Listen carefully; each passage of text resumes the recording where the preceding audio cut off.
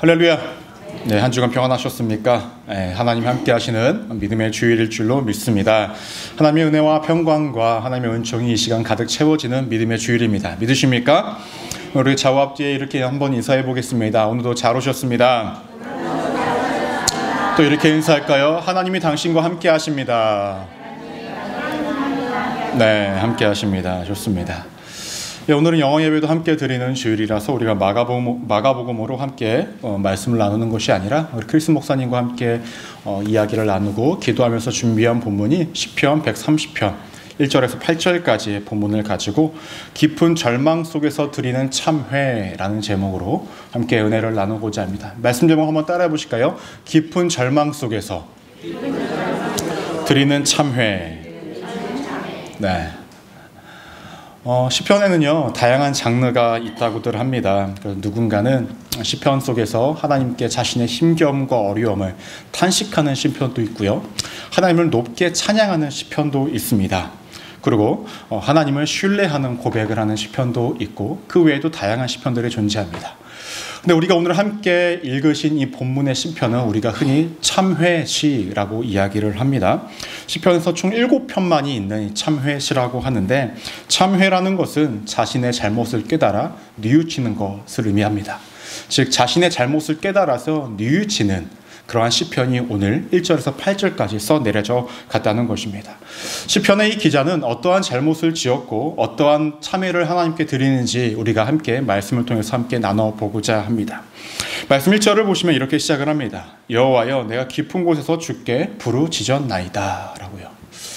1절을 보면서 저는 깊은 곳에서 라는 표현이 굉장히 좀 인상 깊었습니다.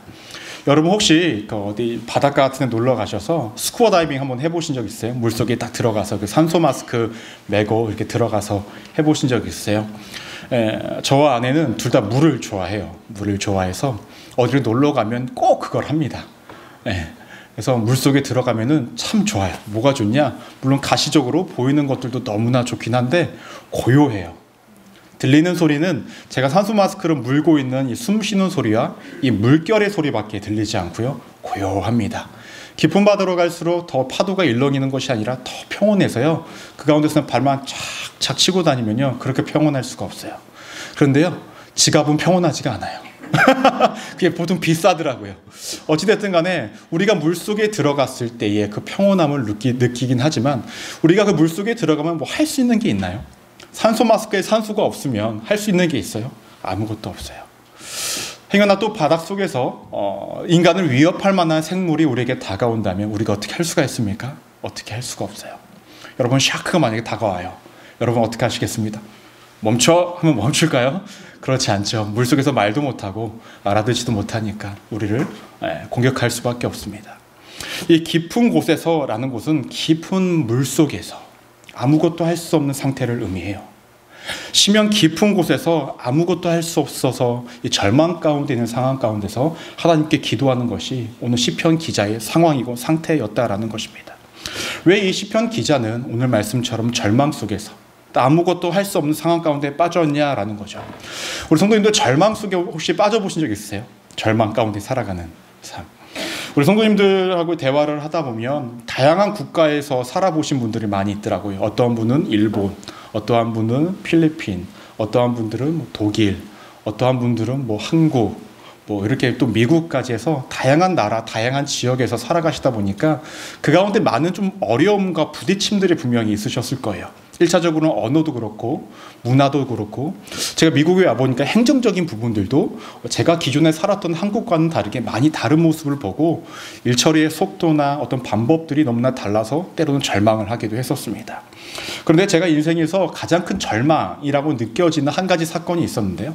어떤 것이냐면 사실 큰 절망은 아니에요. 근데 그 당시에는 너무나 크게 절망으로 다가왔습니다. 제가 아는 형님과 아는 선배와 함께 유럽 여행을 갔다가 한 3주 반 정도 갔다 왔는데요. 배낭 메고 갔죠. 네, 각자 여행을 다니다가 각자 좀 시간을 보내자 해가지고 3일 정도 각자 가고 싶은 곳에 가는 시간을 가졌습니다. 제가 선택한 곳은 헝가리의 부다페스트라는 곳이었어요. 갔는데 영어를 안 쓰더라고요. 그나마 제2외국어 할 수 있는 게 영어였는데 영어를 안 써서 저도 답답하고 그 사람들도 아마 답답했을 거예요. 그래서 너무 배가 고파서 버거킹에 갔습니다. 버거킹에 가서 딱 보니까 화면에 있는 콤보 1 딱 시키면 딱 제가 먹고 싶은 것이 딱 있어가지고 저거 1번 달라고 이렇게 넘버 1 딱 이렇게 얘기했습니다. 막 물으면 헝가리어로 막 얘기를 하는 거예요. 그래서 모르니까 우선 예스, 모르면 예스잖아요. 못 먹어도 예스, 예스로 딱 외쳤어요. 일단 이제 딱 받으러 갔어요. 받으러 가니까 뭘 준지 아십니까? 버거만 딱 주는 거예요. 음료도 안 주고 그다음에 프렌치 프라이도 안 주고 버거만 주는 거예요. 딱 쳐다만 보고 있는데 당황스럽고 저도 제가 그걸 보고 딱 본 다음에 뭐라고 막 저한테 얘기를 하는 거예요. 왜 날 쳐다보냐는 식으로 얘기했던 것 같아요. 그래서 근데 또 혼자 있으니까 굉장히 소심해지더라고요. 또 굉장히 배가 고팠는데 제가 어떻게 했을까요? 그것만 먹었어요. 뭐 더 시키지도 못하고 그냥 뭐 먹었어요. 그 당시에는 제가 그때 이제 돈이 없이 배낭여행을 했던 순간이어서 넉넉하지가 않아서 하루에 뭐 한 끼나 아니면 한인 민박에 가면 밥을 줘요. 그걸로 이제 때우면서 식사를 이어가고 있었기 때문에 그 햄버거 하나 먹으니까 굉장히 큰 절망이 되더라고요. 참 이러한 절망은 사실 되게 귀엽죠. 아무것도 아닌 것처럼 느껴지죠. 그런데 현재 시편 기자가 겪고 있는 절망, 어려움이라는 것은 이러한 수준이 아니었다는 거예요. 성경에서 명확하게 언급되어지지 않고 있지만 정말 아무것도 할 수 없는 상황, 정말로 하나님께 도움을 구할 수밖에 없는 그런 상황 가운데 그런 절망 속에 있었습니다. 그러면 왜 이 사람은 이러한 절망 가운데 빠졌냐라는 거예요. 우리 3절 말씀으로 함께 한번 볼까요? 함께 읽어보겠습니다. 시작. 여호와여 주께서 죄악을 지켜보실진대 주여 누가 서리이까 라고 말씀합니다.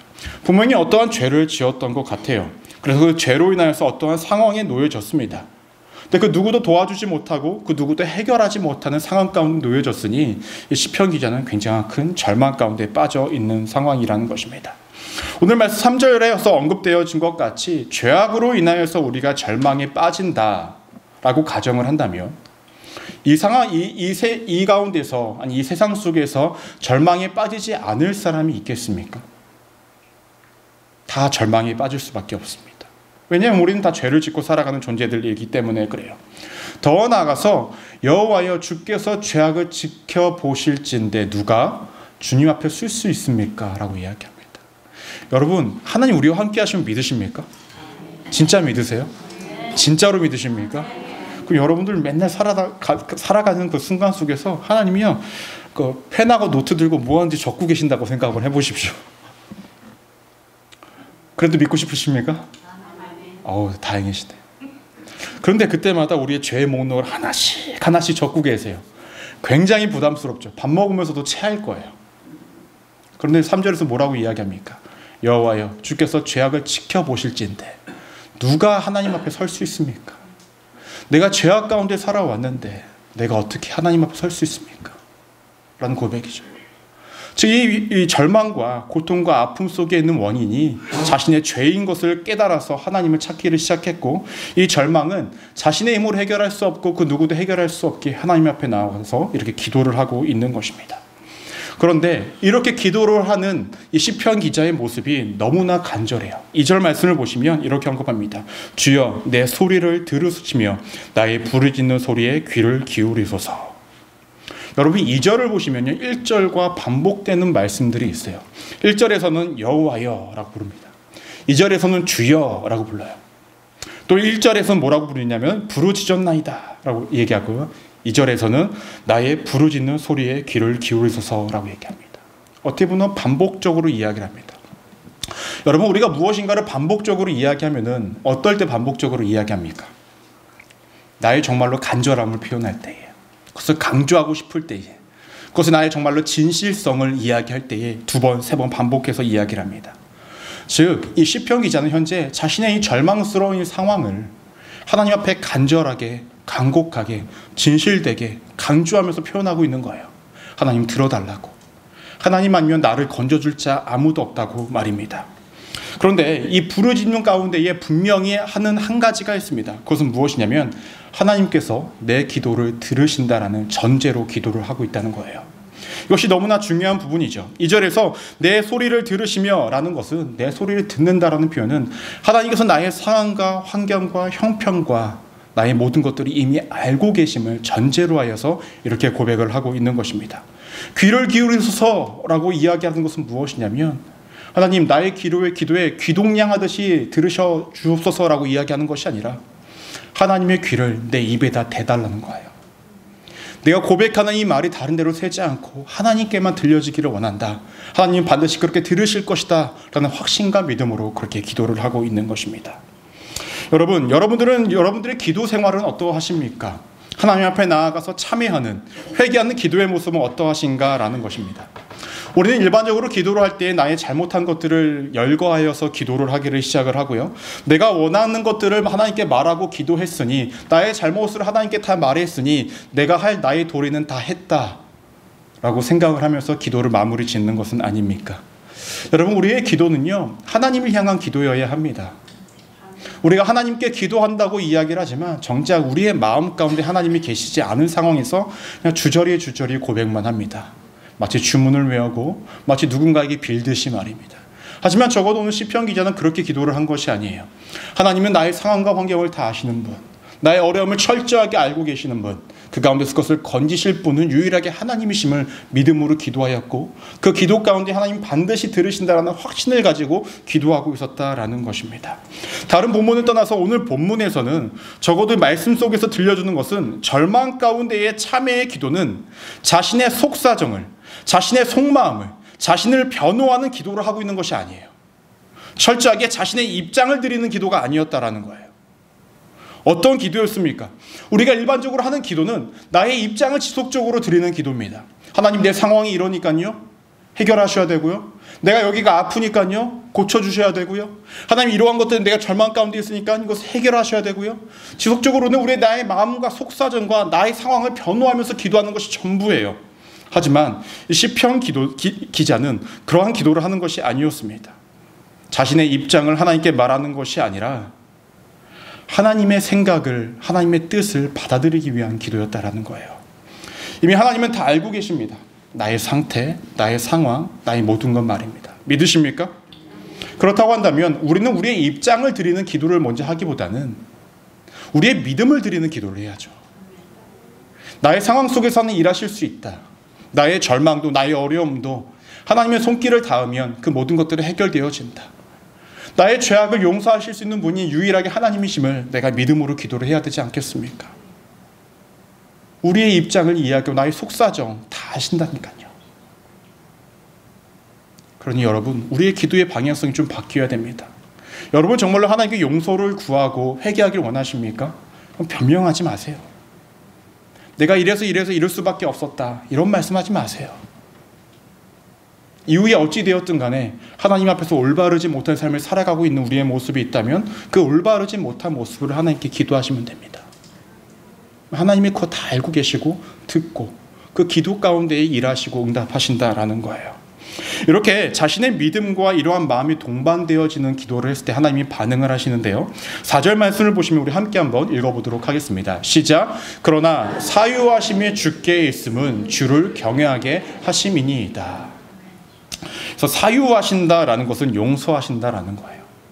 근데 이 사유하신다라는 표현은요, 일반적으로 사람에게 쓰지 않습니다. 무슨 말이냐면 어떠한 사람이 어떠한 사람을 용서할 때에 사유했다라는 말을 쓰는 것이 아니라 하나님이 사람을 용서했을 때에만 쓰는 단어가 사유하심이라는 말이에요.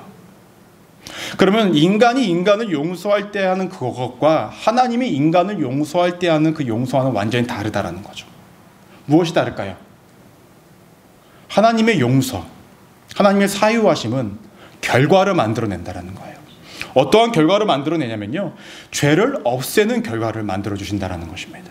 하나님의 용서는 우리의 죄를 사하신다라는 거예요. 여러분, 하나님께서 죄를 없앤다라는 것은 무엇을 의미할까요? 하나님은 이 세상의 모든 죄악보다 크신 분이라는 거예요. 믿으십니까? 절망과 같은 상황을 만들어내는 죄악의 능력보다 하나님의 능력이 더 크시다라는 거예요. 그렇기 때문에 그 모든 것들을 사하실 수 있고 용서하실 수 있다고 성경에서는 이야기하고 있는 것입니다. 여러분, 하나님의 이러한 권능과 능력을 아는 자는 자연스럽게 무엇을 행할까요? 4절을 연이어서 보시면 주를 경외하게 하심이니이다 라는 거예요. 여러분, 하나님을 경외하는 것이 먼저일까요? 하나님이 용서해 주시는 것이 먼저일까요? 잘 보세요. 용서해 주시는 것이 먼저일까요? 경외하는 것이 먼저일까요? 용서해 주시는 것이 먼저예요. 이 용서라는 것은 무엇입니까?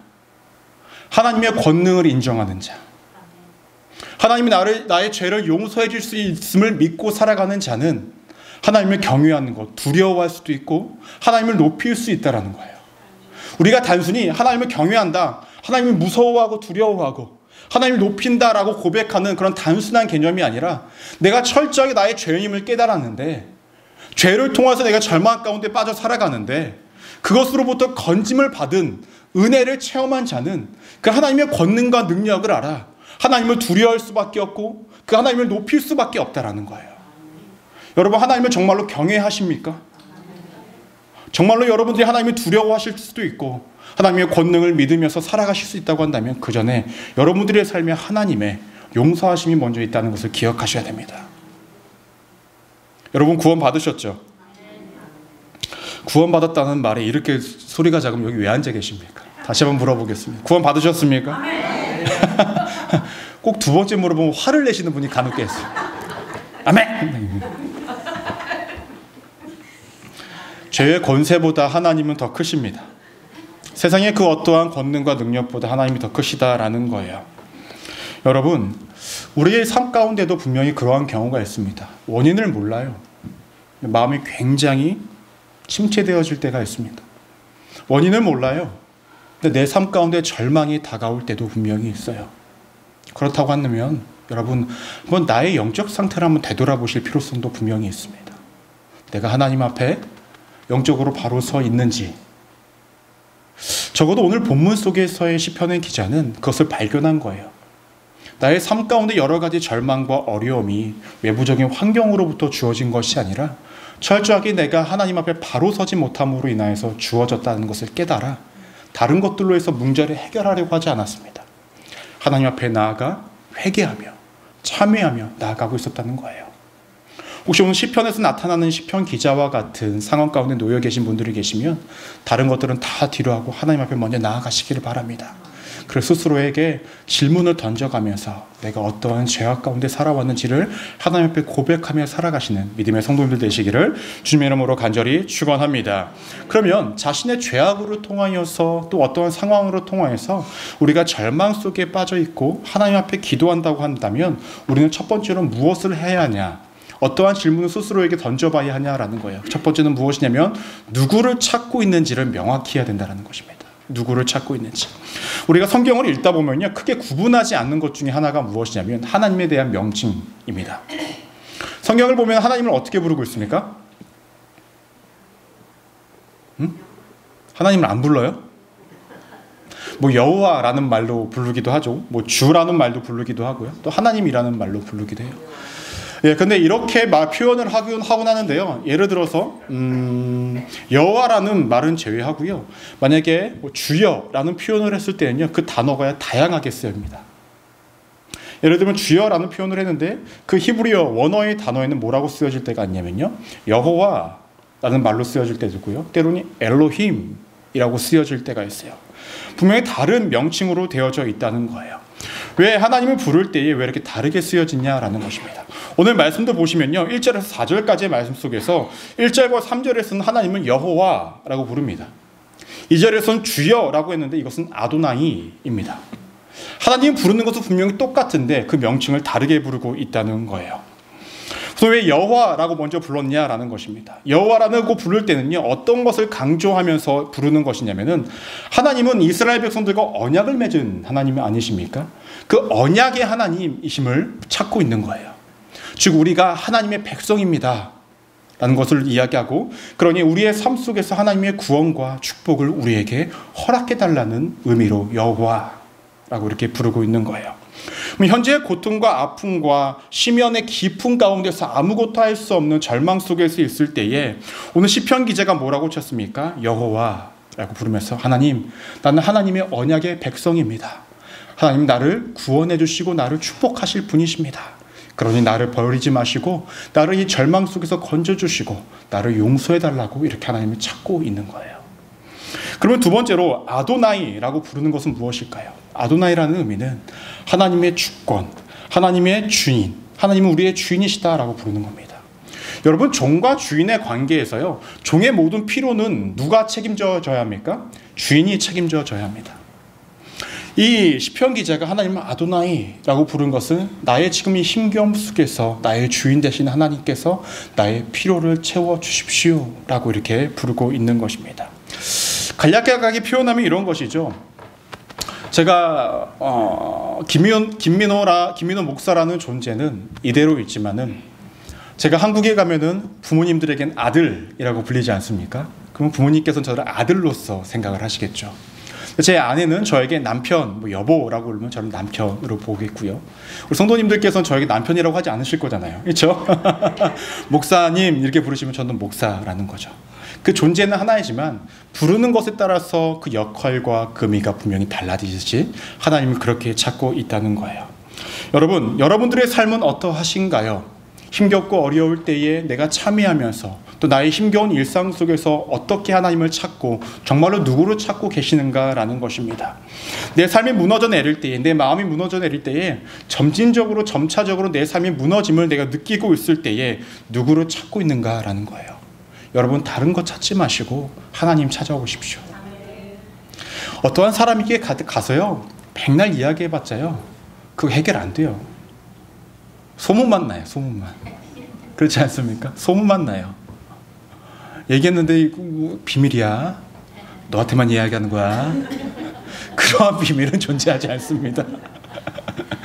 비밀은요 혼자만 간직하셔야 돼요. 혼자만.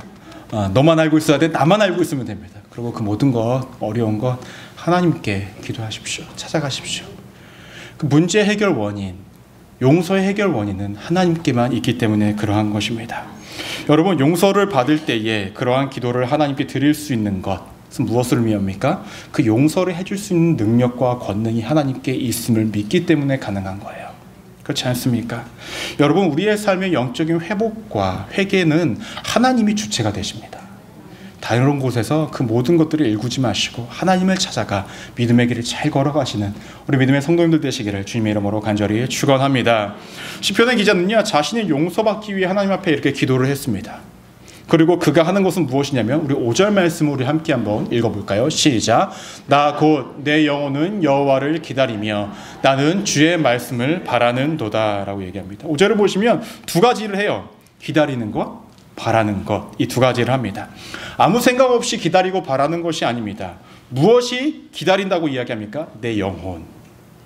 이 영혼이라는 것은 우리의 모든 전 인격을 이야기합니다. 나의 육체도, 나의 마음도, 나의 영혼도 철저하게 하나님만 기다린다라는 거예요. 시간을 보내는 것이 아니라 하나님을 정말로 기다리고 있다는 것입니다. 그리고 또 바란다라는 것은 무엇을 바랄까요? 하나님의 말씀. 이 말씀은 무엇일까요? 내가 하나님께 용서함 받았다라는 그 말씀을 기다리고 있다는 거예요. 철저하게 자신이 죄임을 알아서 하나님께 고백을 했고 하나님께 용서받음을 하나님 앞에 구하고 그 말씀을 기다리고 있다는 것입니다. 근데 이 기다림의 모습을 뭐로 표현하냐면 6절 우리 함께 한번 읽어볼까요? 시작. 파수꾼이 아침을 기다림보다 내 영혼이 주를 더 기다리나니 참으로 파수꾼이 아침을 기다림보다 더하도다 라고 말씀합니다. 여러분, 파수꾼이 뭐하는 사람인가요? 지키는 사람. 그러니까 망보는 사람이죠. 한마디로 이렇게 밖에서 보초 쓰는 사람을 의미합니다. 그 사람은 밤에 특히 더 조심해야겠죠. 잘 보이지 않은 속에서 찾아야 하니까. 적군이 오고 있는 건 아닌지, 혹시 우리가 살아가는 거에 무슨 문제가 있는 것은 아닌지 면밀하게 살펴봐야 하는 역할입니다. 여러분, 성경에서는요 밤, 이 어두움은 무엇을 보통 의미하냐면 하나님의 부재입니다. 하나님이 함께 하시지 않는 상태를 의미해요. 시편 기자가 파수꾼이라고 하는 이유는 어두운 상황 속에서 현재 자신의 상황이 정말로 하나님이 함께 하시지 않는 것처럼 느껴지는 그 상황 속에서 그가 기다리는 것은 무엇입니까? 아침입니다. 하나님이 함께 하시는 그때를 기다리고 있다는 거예요. 남자분들은 아실 거예요. 군대 갔다 오신 분들은 야간 보초를 쓰면은 한 가지 원하는 것이 있습니다. 아무 일 없이 보초 쓰는 게 끝나는 거예요. 보초 쓰는 데 보면 다 전화기가 하나씩 있어요. 그리고요 가끔 전화가 와요. 어디에서 상급 부대에서 근무 잘 서고 있는지 보고를 잘하는지 연락이 옵니다. 그래서 그것이 안 울리기를 바라면서 보초에 들어가요. 울렸다가 말 잘못하면은 완전히 깨지거든요. 저도 그래요. 저도 이제 장교로 군생활하면서 당직을 쓸 때에요 한 가지 하나님께 항상 기도한 것이 있습니다. 하나님, 오늘은 전화벨이 울리지 않게 하여 주시고 무사히 아무 일 없이 이 근무가 마무리될 수 있도록 도와주십시오라고 기도하고 근무를 씁니다. 왜냐하면요, 상급부대 여단, 사단에서요 막 전화가 와요. 상급자들이 전화를 와서 보고하라고 하는 거예요. 그러면은 말 더듬더듬 대도요, 너 이름 뭐야? 뭐 얘기합니다. 뭐 중위 김민호 막 얘기를 해야 돼요. 빨리 얘기를 해야 됩니다. 그걸 빨리빨리 못하면요, 다음날 아침에 그 보고가 우리 대대장님한테 들어가요. 아침에 보고를 했더니 또 실컷 깨져요. 그러니까 전화를, 보고를 잘하는 게 중요한 게 아니라 전화가 안 오는 게 중요한 거죠. 예. 그래야 무사히 마칠 수 있는 거니까. 무사히 마칠 수 있는 거니까. 그리고 한 가지 내가 또 좀 재밌는 걸 한 게 무엇이냐면, 하나님 혹시라도 전화가 와야 한다면 제가 순찰을 나갔을 때 전화를 오게 해주십시오. 이렇게 기도를 했었습니다. 그럼 나는 안 받으니까 이렇게 이렇게 해달라고 기도를 했었습니다. 아침에 아무 일 없이 다 해가 뜨고 점호를 하게 되면 아유, 일 잘 끝났다라고 하면서 마음 편합니다. 여러분 똑같아요. 파수꾼은 기다려요. 그렇죠? 기다리는 존재, 아침 오르기까지. 여러분, 우리가 기도를 했다고 한다면요, 우리가 스스로에게 질문을 던져야 합니다. 나는 기다리고 있는가? 라는 것입니다. 그래서 우리가 두 번째로 기억하셔야 될 것은, 또 스스로에게 질문을 던져야 될 것은 무엇이냐면, 기도 후에 나는 무엇을 하고 있는가? 라는 것을 질문을 던져야 된다는 거예요. 오늘 말씀에서 명확하게 이야기하는 것은 무엇이냐면, 참회를 하고 하나님께 용서를 구하고 기도를 했다면 기다려야 한다는 거예요. 파수꾼이 아침을 오기를 기다리듯이 우리도 기다려야 한다는 것입니다. 우리는 참 성급해요. 기도를 하면 마치 자판기에 동전 넣으면 쓱 나오듯이, 자판기에 카드를 딱 대면 음료수 나오듯이 바로 그렇게 되기를 기대하고 나아갑니다. 하지만 대부분의 기도의 응답들은요, 기다림이 전제를 되어집니다. 여러분, 기도의 끝이 어디일까요? 기도의 끝, 응답이긴 하겠죠. 근데 기도의 연장성사는 무엇이냐면 기다림입니다. 기다림. 내가 하나님 앞에 나와서 무엇인가를 고백한 것이 기도가 끝이 아니라 기다림까지 연장되어야 해요. 그것이 우리의 기도 생활이라는 것입니다. 여러분, 우리의 기다림 속에서요, 하나님 우리에게 주시고자 하는 은혜가 있습니다. 하나님 우리에게 주시고자 하는 그 은혜와 응답이요, 어떠한 문제 해결을 통해서 마침표로 찍는 것이 아니라 기다림 속에서 이루어질 수가 있어요. 기다림 속에서 하나님께서 우리에게 주시는 메시지, 환경과 상황을 통해서 우리에게 알려주시는 것, 그러한 것들을 통해서 우리에게 알게 하시는 또 다른 은혜가 우리에게 있다는 거예요. 때문에 이 기다림은 우리가 힘겹고 어렵게만 생각할 것이 아니라 그 가운데 내게 주시는 기다림의 은혜가 무엇이 있는지를 발견할 수 있는 믿음의 역량도 필요하다라는 것입니다. 여러분, 시대가 흐를수록 더 빠른 것들을 원합니다. 그렇지 않습니까? 제가 미국에 와서 제일 좀 답답했던 거는 이게 행정 처리가 좀 많이 늦더라고요. 그래서 한국에서도 공무원들 일하는 거 왜 이렇게 늦어 했는데, 한국 공무원들은 그나마 양반이더라고요. 여기를 보니까 뭐 문서 처리하는데 몇 시간씩 걸리더라고요. 뭐 절차가 많은가 봐요. 그러면서 답답하더라고요. 그런데 그걸 기다리면 어떻게 돼요? 나와요. 해결이 되어져요. 여러분, 기다리실 수 있어야 합니다. 회개의 영역도 마찬가지예요. 내가 하나님 앞에 나와가 회개했다. 주저리 하나님 용서해 주시고 이것도 다 우리 고백하잖아요. 고백한 다음에 끝! 나는 회개 다 했어. 난 새 사람이 되었네. 아니죠. 어찌 본다면 그때부터 시작입니다. 회개 고백을 했다면 회개의 삶을 살아가는 것까지가 우리의 회개가 아니겠습니까? 회개의 삶은 또 다른 의미의 우리의 삶의 기다림입니다. 내가 하나님의 뜻에 맞는 사람으로 완전히 변하여지는 그 기다림 말입니다. 패스트푸드를 먹듯이 시켰듯이 음식이 바로바로 나오기를 기다리지 마십시오. 하나님의 용서는요, 하나님 우리를 회복시키는 거는요, 우리의 영역이 아닙니다. 용서는 하나님의 영역이에요. 근데 마치 우리는 우리의 영역처럼 하나님 하라고 했던 기도를 했으니 모든 것들이 끝난 것처럼 여길 때가 많이 있다는 거죠. 하지만 명확하게 기억하십시오. 용서는, 기도의 응답은, 기도의 속에 주신 은혜는 하나님의 영역이심을 잊지 않고 살아가시기를 바랍니다. 하나님의 판단에 의해서 은혜적으로 주어지는 회복이고 용서고 은혜입니다. 누군가에게는요, 이 기도라는 것의 응답이 정말로 짧게, 정말로 바로바로 이루어질 수도 있습니다. 하지만 누군가에게는 정말로 롱텀으로 이루어질 수도 있고요. 또 누군가에게는 지금은 빨리 이루어졌지만 그 다음에는 늦게 이루어질 수도 있겠죠. 이렇게 하시는 이유가 무엇일까요? 우리를 잘 아시니까. 우리를 아시니까. 우리를 아시고 그때 나의 상태를 아시니까 그렇게 일하시는 것입니다. 그러니 여러분 조급해하지 마시고 끝까지 믿음 잃지 마십시오. 파수꾼이 아침을 기다리듯 기다리시다 보면 그 아침은 반드시 옵니다. 그러니 그 응답, 은혜, 용서 기다리시며 살아가시는 우리 믿음의 성도님들 되시기를 주님의 이름으로 간절히 축원합니다. 이어서 말씀 보시면 7절과 8절에서 이렇게 언급합니다. 우리 함께 한번 읽어볼까요? 시작. 이스라엘아 여호와를 바랄지어다. 여호와께서는 인자하심과 풍성한 속량이 있음이라. 그가 이스라엘을 그의 모든 죄악에서 속량하시리로다 라고 말합니다. 지금 1절에서 6절까지는요, 시편 기자가 개인적으로 하나님 앞에 나와서 기도하고 그 모든 것들을 용서해달라고 고백을 했고 하나님과의 개인적인 관계 속에서 모든 것들이 이루었던 시편이었습니다. 근데 7절과 8절을 보니까요, 자기에게만 하는 것이 아니라 이스라엘아, 자기 주변에는 모든 민족의 사람들에게 그렇게 이야기를 합니다. 이스라엘아 여호와를 바랄지어다. 여호와께서 인자하심과 풍성한 속량이 있다라고 얘기합니다. 자기가 아는 하나님을 이야기하고 고백하고 있는 거예요. 권면하고 있는 거예요. 인자하심은 변하지 않는 하나님의 사랑입니다. 속량하심은 우리의 칠흑같이 정말 어두운 죄악, 더러운 죄악을 용서하실 수 있는 분이라고 주변의 사람들에게 이야기하고 있는 것입니다. 여러분, 왜 이러한 것들을 공유하고 권면하고 그렇게 속량하신다는 것을 이야기하고 살아가는가라는 것입니다. 그래서 우리가 마지막으로 우리 스스로에게 질문을 던져봐야 할 것은 무엇이냐면 어떻게 살아가고 있는가라는 것을 스스로 던져봐야 합니다. 왜 이러한 질문을 던져봐야 하냐면 우리가 기도를 했고 기다리고 있는 상황 속에서 아무것도 하지 않고 기다리고 있는 것이 아니라 하나님이 이렇고 이러한 분이시라는 것을 내가 알고 깨달았으면 내 주변 사람들에게 알리고 나누고 공유해야 된다는 거예요.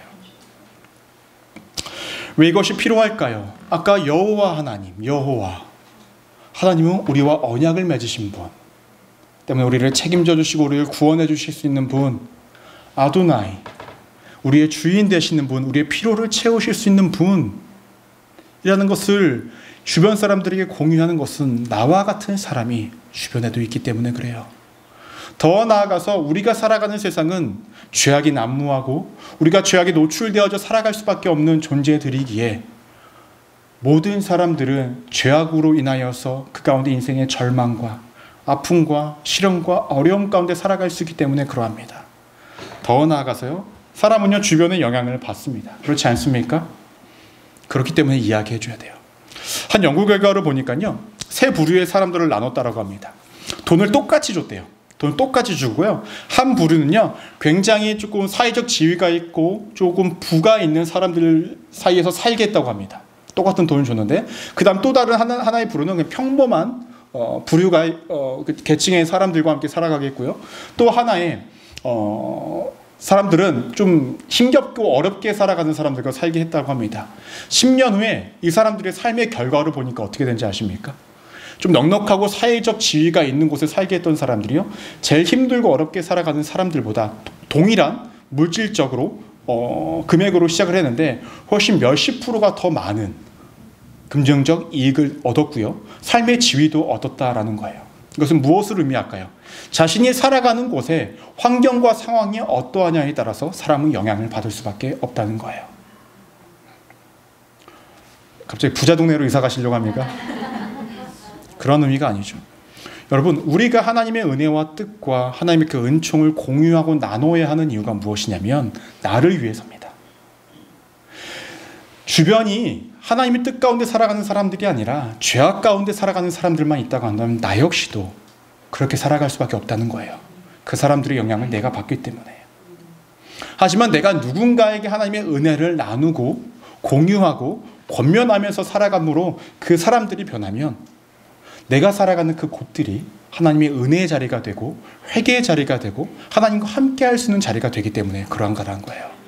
신앙은 기본적으로 나와 하나님의 1:1 관계로 이루어지지만 이 세상에서 살아가는 믿음의 공동체 안에서도 열매를 맺는 것입니다. 그렇기 때문에 공동체가 필요하다라는 것이죠. 우리 순복음 소망교회가 이러한 공동체가 되기를 소망합니다. 이미 너무나 잘하고 계시지만 더 아름다운 열매를 맺기 위해서는 서로가 서로에게 자신이 받은 은혜와 삶을 공유하고 또 권면하고 끌어주고 품어주는 우리가 되어야 한다는 거죠. 그래서요, 우리 앞으로 구역 예배도 조금 변동을 가질 거예요. 그동안에 구역 예배를 드려보니까 저도 드려왔던 방식이 어떠한 것이었습니까? 일방적으로 저만 계속 말씀을 이야기하는 거예요.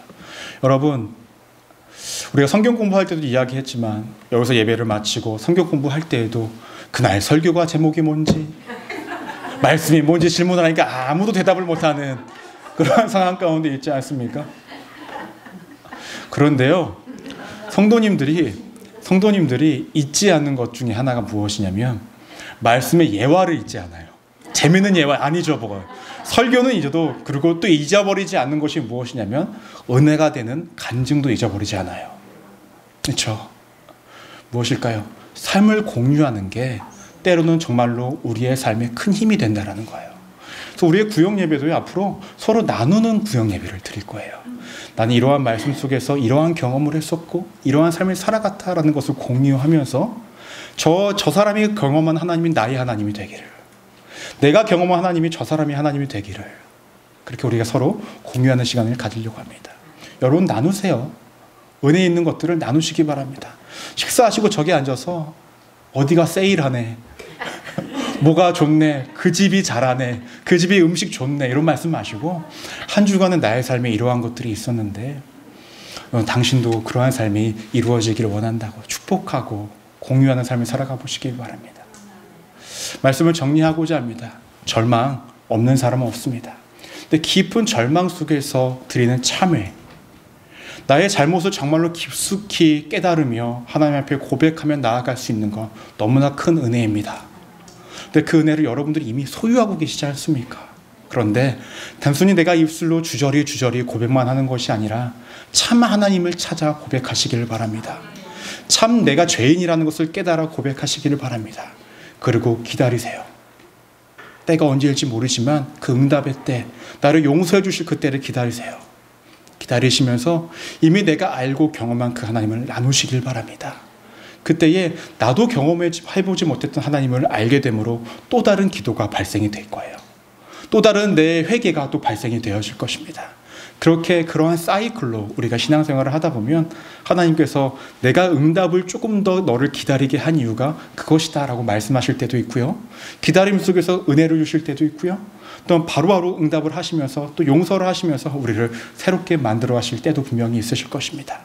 그 어떠한 방법으로든 늘 하나님 앞에 참회하고 하나님께만 기도하고 하나님께 바로 섬으로 믿음의 삶을 잘 살아가시는 우리 믿음의 소망, 순복음 소망교회 되시기를 주님의 이름으로 간절히 축원합니다. 기도하시겠습니다.